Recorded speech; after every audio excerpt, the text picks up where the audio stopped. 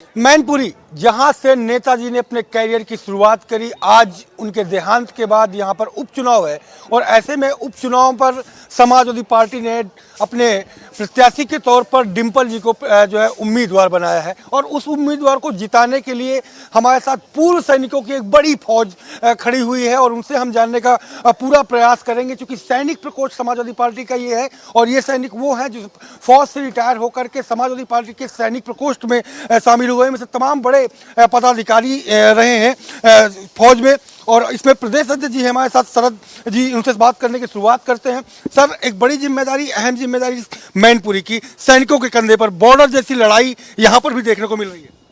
देखिए, सबसे पहले तो हम लोग सैनिक प्रकोष्ठ के हैं और मेरा नाम कर्नल शरद शरण है। मैं सैनिक प्रकोष्ठ का प्रदेश अध्यक्ष हूँ।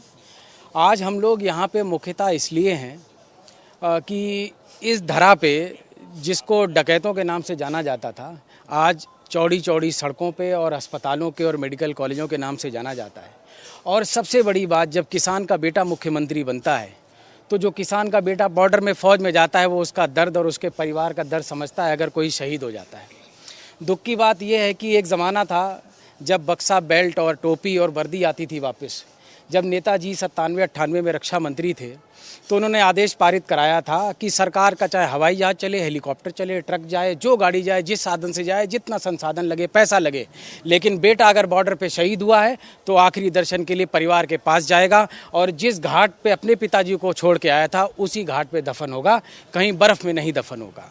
दूसरी बात, हमारे आज जो डिंपल यादव जी यहाँ से चुनाव लड़ रही हैं, एक फ़ौजी परिवार की बिटियाँ हैं और उनका विवाह भी एक ऐसे प्रगतिशील नेता के साथ हुआ है जो अपने आप में हिंदुस्तान का अकेला एग्जाम्पल है कि किसी बड़े नेता ने अपने बच्चे को पढ़ने के लिए मिलिट्री स्कूल भेजा हो, ना कि दून स्कूल या विदेशों के किसी पब्लिक या कैथलिक स्कूल में।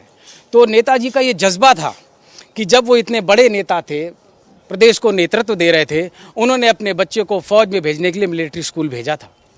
और नेताजी ने और माननीय अखिलेश जी ने समाजवादी पार्टी के माध्यम से सैनिकों के वेलफेयर के लिए सैनिक कल्याण निगम बनाया, हमारी गाड़ियों पे एक्साइज छूट बनवाई, हमारी मेडिकल की फैसिलिटीज़ फ्री कराई। तो ये सुविधाएं सिर्फ और सिर्फ इसलिए हैं क्योंकि किसान का बेटा बॉर्डर पे जाता है लड़ने के लिए, मरने के लिए, और जब कोई किसान का बेटा गद्दी पे बैठता है तो वो अपने परिवार के बच्चों को, गरीबों को, दबे कुचलों का ध्यान देता है। तो मुझे लगता है कि जब हम लोग सेना की नौकरी करके, देश सेवा करके, जो शहीद होने से बच के वापस आए ईश्वर के ईश्वरीय कृपा से, उनकी ये जिम्मेदारी बनती है कि अपने किसानों के लिए, किसानों के बेटों के लिए, किसानों के परिवारों के लिए संघर्ष करें। तो हमने ये अपना मौलिक दायित्व समझा कि हम समाजवादी पार्टी के साथ जुड़ें और अपना शेष जीवन इस समाज के निर्माण और निर्वहन के लिए व्यतीत करें। बिल्कुल, और भी लोग हैं। तो डिंपल जी को जिताने के लिए क्या रणनीति जमीन पर आप लोगों ने तैयार की, किस तरीके से कैंपेनिंग कर रहे हैं? घर घर हमारे सब पूर्व सैनिक जा रहे हैं, घरों में उनकी उपलब्धियां बता रहे हैं। सैनिकों के परिवार जो भी हैं वो डिंपल जी के साथ जी और जान से लगे हुए हैं। एक एक वोट उनको दिलाना है और एक इतिहास बनाया जाएगा। इस बार एक इतिहास की बारी है, पूरा देश जो इधर देख रहा है, तो डिंपल जी भारी मतों से जीतेंगी। ये हम सब लोग इसके लिए लगातार मेहनत कर रहे हैं, दिन और रात। क्या योजना है सेना के लिए? जो माननीय नेताजी ने किया और अखिलेश जी ने जो किया, वो उसका हम ऋण तो नहीं चुका सकते हैं, लेकिन जहाँ जितना कर सकते हैं वो बिल्कुल करेंगे और करते हैं। घर घर जाके वोट मांगे और सैनिकों की टोली टोली में जाके हम लोग वोट मांगेंगे और लास्ट वाले दिन सबको निकाल के और बूथ तक पहुंचाएंगे। ये सैनिक परिवारों में जा रहे हैं आप लोग, किस तरीके का रिस्पांस सैनिक परिवारों को का मिल रहा है? कहीं जाति, धर्म, मजहब तो आड़े नहीं आ रहा? नहीं, कभी नहीं आया। सैनिकों के लिए कभी ऐसी कोई चीज़ नहीं होगी। हर धर्म, हर जात से सैनिक ऊपर है। एक रिस्पांस दिख रहा है, बहुत अच्छा रिस्पॉन्स है और नेताजी की जीत से इनकी जीत ऐतिहासिक जीत होगी।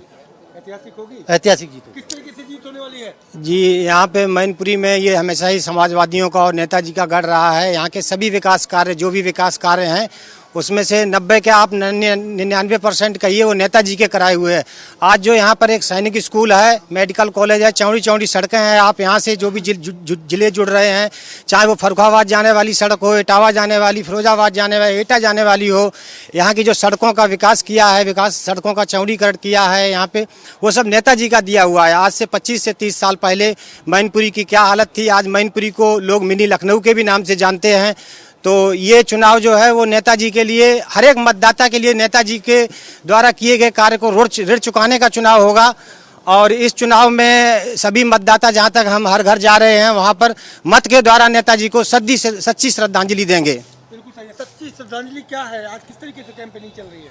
सबसे बड़ी सच्ची श्रद्धांजलि आज की डेट में ये है कि मैं सब पूरा संगठन हमारा सैनिक प्रकोष्ठ का और सबसे बड़ा फौजी भाई लगे हुए हैं, और जब हम लोग चुनाव जिता लेंगे और यहाँ पे एक रिकॉर्ड के इतिहास काम करेंगे, वही सच्ची और श्रद्धांजलि होगी। नेता क्या रिकॉर्ड जीत हो पाएगी? यहाँ समाजवादी पार्टी की 2 लाख से ऊपर जीत होगी, और जो नेताजी ने कार्य किए हैं, यहाँ सैनिक स्कूल बनवाए और काम किए हैं जो इसलिए सबसे ज़्यादा यहाँ मैनपुरी में बहुमत से ज़्यादा बहुत बड़ी जीत होगी। तो यहाँ पर किस तरीके का माहौल देख रहे हैं आप लोग? लगातार ग्राउंड में है और ग्राउंड में जा रहे हैं।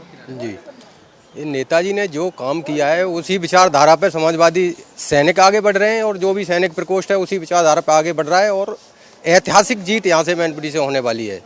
जी, कुछ खास और देखने को मिल रहा है कि कहीं कोई खामी रह जा रही है? एक कमी थी, जो भी कमियां थी, जैसे परिवार की फूट लोग बोल रहे थे और भी बोल रहे थे, तमाम बातें जो आ रही थी वो भी सब समाप्त हो चुका है अभी। इसलिए एक ऐतिहासिक जीत की तरफ हम लोग बढ़ रहे हैं, और वो जीत होगी जो आज तक ना किसी की हुई है और ना होगी आगे। बीजेपी एड़ी चोटी का जोर लगाए हुए है, और इस जोर में सैनिकों का साथ कितना समाजवादी पार्टी को मिल रहा है? मैं जिलाध्यक्ष बाराबंकी रमेश चंद्र यादव, सैनिकों का सपोर्ट, जिस प्रकार से सैनिक बॉर्डर पर एकजुट होकर काम करता है, उसी तरह से सैनिक यहाँ पर एक मिशन को मान करके चल रहा है कि 75% बहुमत दिला करके बाकी जवान जब्त करा करके और एक अच्छी जीत होगी, वही नेताजी की श्रद्धांजलि होगी।